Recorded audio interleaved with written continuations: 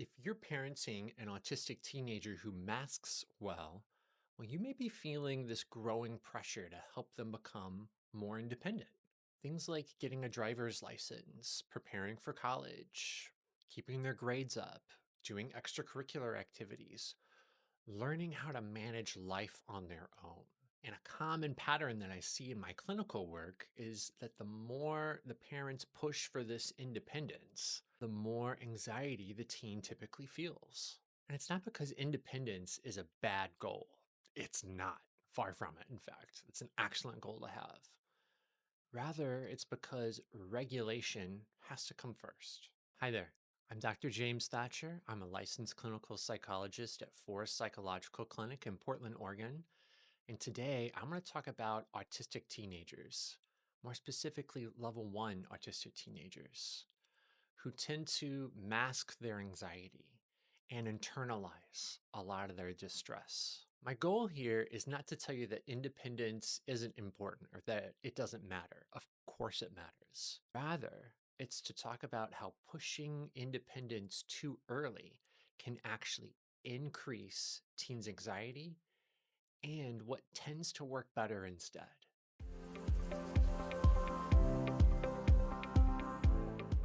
One of the biggest misunderstandings that I see is this idea that independence and support are opposite from one another, right?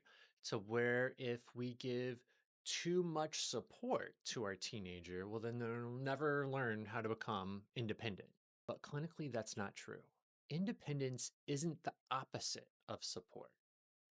Independence is the result of regulation. For a lot of autistic teens, especially those that are masking, a lot of their day is spent managing their nervous system without anybody realizing it. They're managing their behavior, their tone, their facial expressions, the social interactions that are going on that day. They're also dealing with any sensory sensitivities, getting overwhelmed by their environment, by the lights, the noises, the textures, the feelings. They're also pushing through a lot of social uncertainty and performance demands, especially while they're at school. And from the outside looking in, it can look like everything's fine. But internally, they're working incredibly hard just to keep things together. Now let's talk about why masking makes anxiety harder to see. Level one autistic teens are often overlooked because they're able to pass for most of the day. Teachers say that they're doing well, their grades are going good, and behaviorally, everything seems fine at school. But masking always comes at a cost. When they finally get home, that's when they feel exhausted. And that's when parents often see the behavior, right? The shutdowns, the withdrawal, the increased irritability, the exploding over what seemed like nothing. But this isn't defiance, this isn't laziness, and this isn't a lack of motivation. This is nervous system fatigue. So now let's talk about the independence trap. This is where I see things go sideways for a lot of families. A lot of parents, even though well intentioned, want their child to be independent, right? They need to be ready for adulthood. They can't fall behind. They need to learn these things now. So when we start to think those things as parents, we start to add more, right? More academic demand, more extracurricular activities, more expectations around performance, and of course, different milestones that we want to hit for them to become an adult. And all those things are natural. And at the same time, the teen is becoming overwhelmed and distressed and more dysregulated and anxious. And one way that I try to frame it for parents is this is that we're trying to prepare the teenager for independence without preparing their nervous system to handle stress. And when regulation doesn't come first, independence starts to feel threatening instead of empowering. I want to say a quick word about anxiety, and I want to be very clear about something.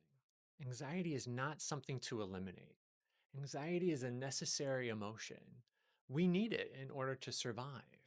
It makes sense that we become anxious about perceived threats, right? You're supposed to get anxious walking down a dark alley. You're supposed to get anxious when you're out in the woods and you hear a rustling in the bushes. You're supposed to get anxious. because it helps us prepare and problem solve and stay safe. And the problem isn't that the teen is feeling anxiety. Again, anxiety is a natural emotion.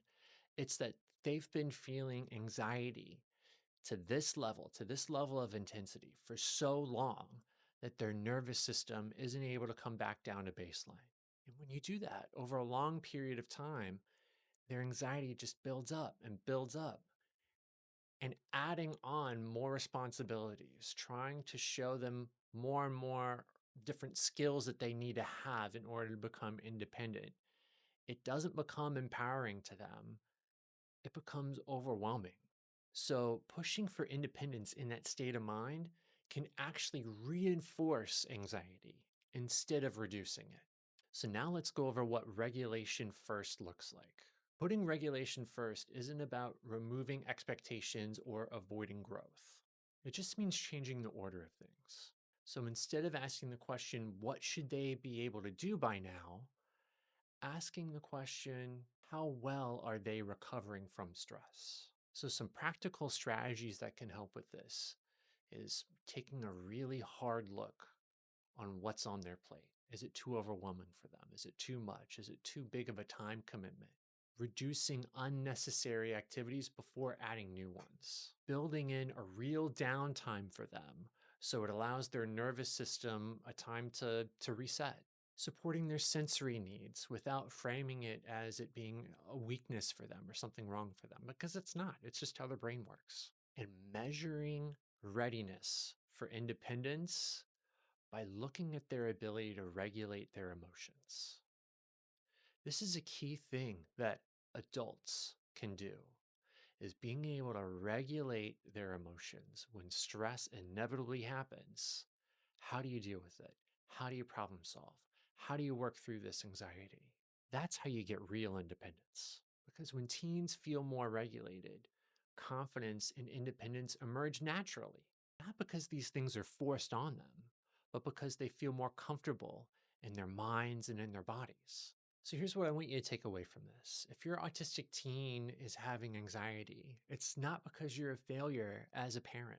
More often than not, it means that their nervous system needs more support before it can take on more independence and more responsibility. And when we get that order right, putting regulation first and then independence, we're not lowering expectations. We're making growth possible. And most importantly, we're helping our teens learn the skills on how to self regulate that are going to serve them for the rest of their life. So if you found this video helpful, please hit like and subscribe. It lets me know that you find this content helpful, and it also puts it in front of other families that might be struggling with the same issues. And I've got plenty of other videos that talk about neurodivergent teens, children, on how to emotionally regulate, how to support them. Feel free to check them out, and I'll see you there. Bye.